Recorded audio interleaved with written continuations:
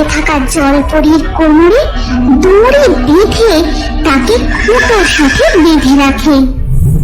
বিষ্ণুপুরের গভীর অরণ্যের মধ্যে মিষ্টি ফলের খোঁজে টুনি ও টুনা উড়ে যেতে যেতে, টুনি, আমি খুব ক্লান্ত, আমরা অনেকক্ষণ ধরে উড়ছি, আমার খুব তৃষ্ণাও পেয়েছে। ওই তো সামনে একটা পুরো কুড়ে ঘর দেখা যাচ্ছে, আর উঠানে একটা কুয়ো দেখতে পাচ্ছি, চলো আমরা গিয়ে কুয়োর পাশে বসি। টুনি ও টুন্না উড়ে গিয়ে কুয়োর পাশে বসে। তারপর টুন্না কুয়োর জলে মুখ দিয়ে মন ভরে জল খেতে থাকে। ঠিক তখনই ওই পুরো কুড়ে ঘর থেকে বেরিয়ে আসে এক ভয়ঙ্কর ডাইনি।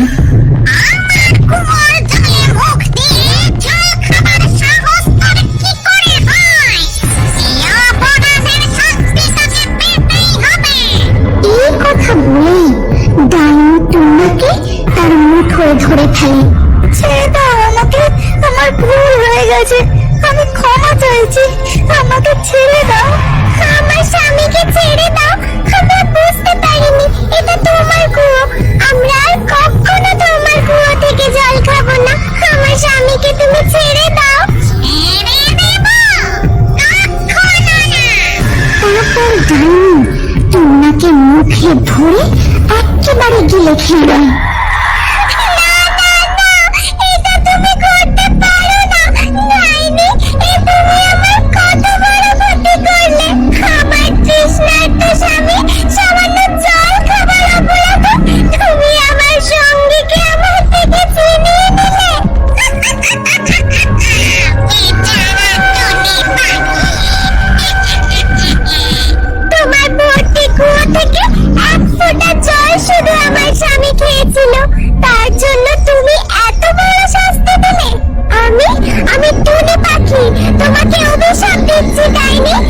যেমন আজ এক ফোঁটা জলের জন্য আমার চোখের জল পড়ছে, ঠিক তেমনি তুমিও জল না খেতে পেয়ে তিলে তিলে শুকিয়ে মরবে। তোমার এই কুয়োর জল চিরতরে শুকিয়ে যাবে, তুমি এক ফোঁটা জলের জন্য হাহাকার করবে। এই কথা বলে কাঁদতে কাঁদতে টুনি পাখি উড়ে চলে যায়। আর ঠিক তখনই আকাশের বিদ্যুৎ গর্জে শুরু হয় মুষলধারে বৃষ্টি। একটুখানি টুনি পাখি, সে নাকি আবার ডাইনিকে অভিশাপ দেয়, আমার কুয়োর জল নাকি শুকিয়ে যাবে। কত সুন্দর ঝমঝম করে বৃষ্টি হচ্ছে, এই বৃষ্টিতে আমার কুয়োর ওই এক ফোঁটা কমে যাওয়া জলও আবার ভর্তি হয়ে যাবে। যাই, আমি এবার ঘরে যাই। এরপর ডাইনি তার কুঁড়ে ঘরে চলে যায়। সেদিন সারা রাত ধরে চলে প্রবল বৃষ্টি। আর পরের দিন সকালে যখন বৃষ্টি থামে, তখন ডাইনি তার কুঁড়ে ঘর থেকে বেরিয়ে এসে দেখে যে তার উঠোন পুরো শুকনো, যেন কয়েক কাল ধরে কোনো বৃষ্টিপাত হয়নি।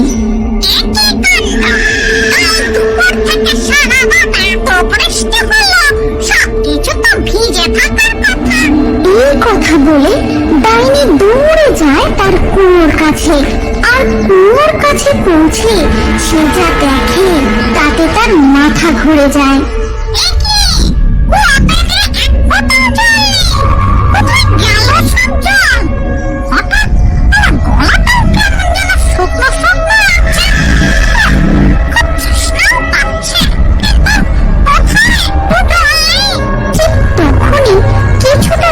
জঙ্গলের পথ ধরে হেঁটে যাচ্ছিল এক কাঠুরে দম্পতি।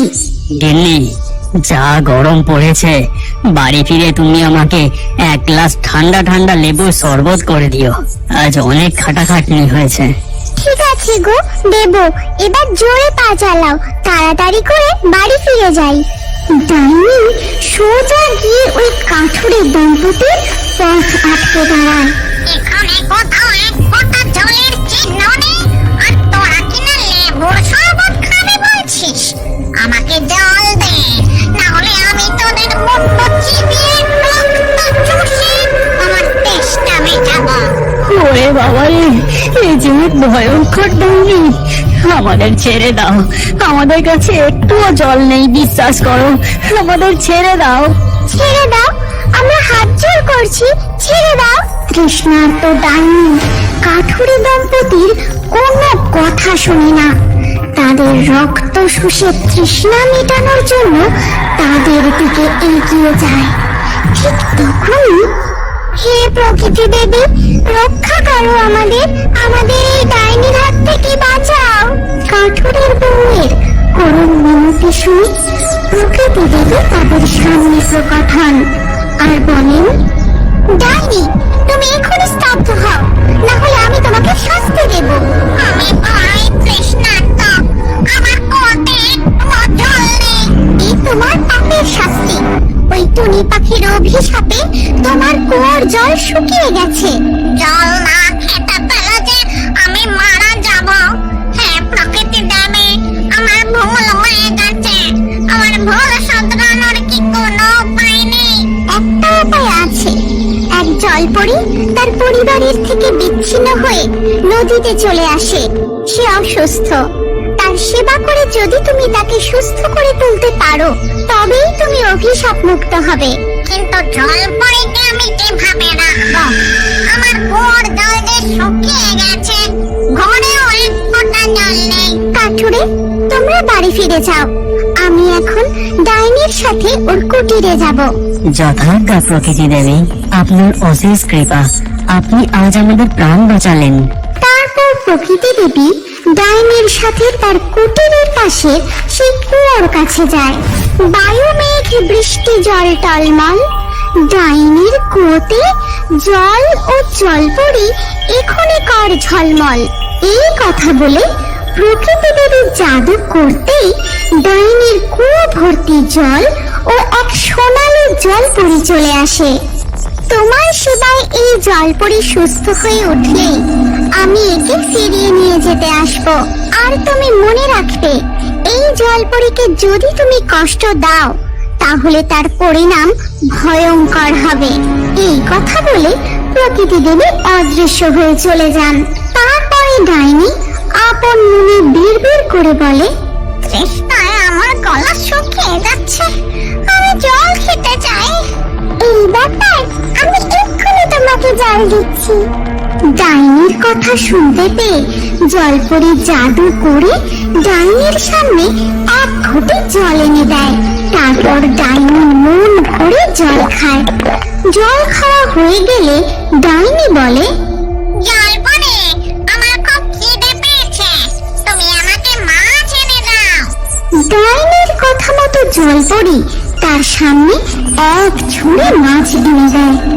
ডাইনির মনের আনন্দে মাছ খেতে খেতে মনে মনে ভাবে, এই জলপরি আমার কাছে থাকে, আমার কখনো খাবার অভাব হবে না। যা চাইছি তাই সঙ্গে সঙ্গে এনে দিচ্ছে দেখছি। আমাকে এই জঙ্গলের আপেল এনে দেবে? আপেল খেলে আমি তাড়াতাড়ি সুস্থ হয়ে জলের রাজ্যে ফিরে যেতে পারবো। তুমি জাদু করে একটা আপেল নিয়ে আসতে পারো, আর ফিরে যাওয়ার তো কিসের তাড়া শুনে। এখন তুমি এখানেই থাকো। আমার জাদু করা আপেল খেয়ে আমি সুস্থ হতে পারি না। এই জঙ্গলে প্রকৃতির সৃষ্টি আপেল খেলেই আমি সুস্থ হব। মনে হচ্ছে এই জলপরিটা এবার হাতছাড়া হবে, একে যেতে দিয়ে চলবে না। আমি বরং একে একটা দড়ি দিয়ে বেঁধে রাখি। কুয়োর জলে থাকা জলপরীর কোমরে দড়ি বেঁধে তাকে খুঁটোর সাথে বেঁধে রাখে। আমাকে এভাবে বেঁধে রাখলে কেন? আমার খুব কষ্ট হচ্ছে, আমার বাঁধন খুলে দাও। তুমি এভাবেই বাধা থাকবে, আর আমি যা চাইবো তাই এনে দেবে। ডাইনি মাছের ঝুড়ি নিয়ে তার কুঁড়ে ঘরে চলে যায়। এইভাবেই দিন কাটতে থাকে। প্রকৃতি দেবীর কথা মতো জলপরীকে সুস্থ করার বদলে ডাইনি কুয়োতে জলপরীকে দড়ি দিয়ে বেঁধে তাকে শোষণ করতে থাকে। হঠাৎ একদিন প্রকৃতি দেবী জলপরীকে দেখতে সেখানে আসে।